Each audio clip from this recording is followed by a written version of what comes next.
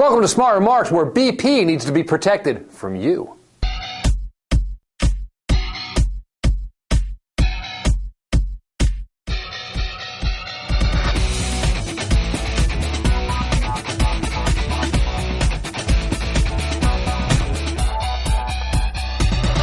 So President Obama's speech on Tuesday night was a bit of a disappointment. We're doing everything we can, which can never be enough. BP's going to pay, but that can't really undo the damage. And let's talk about alternative energy, which is a great idea. But as was the case with health care, you'll notice that the president himself had no specific plan. And maybe it's time for our leader to, actually lead a little bit. Meanwhile, experts said the amount of oil coming out of the Gulf floor was higher than previously thought. We've seen several of these statements over the course of the past week. I think we're probably going to see more. I have a theory that both BP and the government know exactly how much is coming out, but they don't want to disclose the catastrophic figure. So if we do get the truth, we'll get it in dribs and drabs, just a little bit at a time. But there was some good news this past week when BP agreed to establish a $20 billion escrow fund to help pay claims from Gulf residents. It was a welcome development, unless you're a winger, in which case it was an outrage! And so all week long we had conservatives complaining that the government was shaking down poor BP. Michelle Bachmann complained about the redistribution of wealth. Mississippi Governor Haley Barbour said that the escrow account might actually make BP less likely to pay claims because, quote, they need their capital to produce income.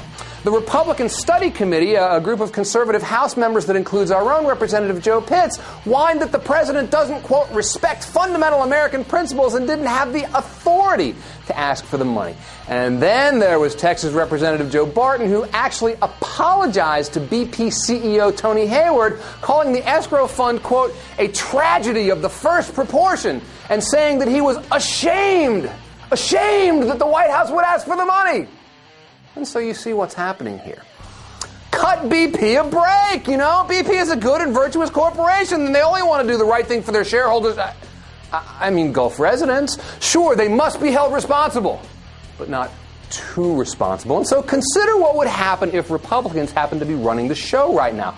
There'd be no escrow fund, and so what happened if BP was unable to pay the claims? Well, somebody would have to pay the claims, and that somebody would be you and me. The president of the U.S. Chamber of Commerce a few weeks ago actually came out and said something very like this, saying, quote, everybody is going to contribute to this cleanup. We are all going to have to do it.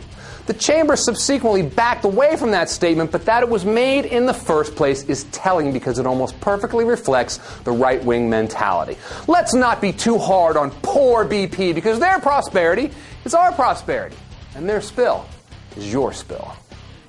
I'm ashamed of what happened in the White House yesterday.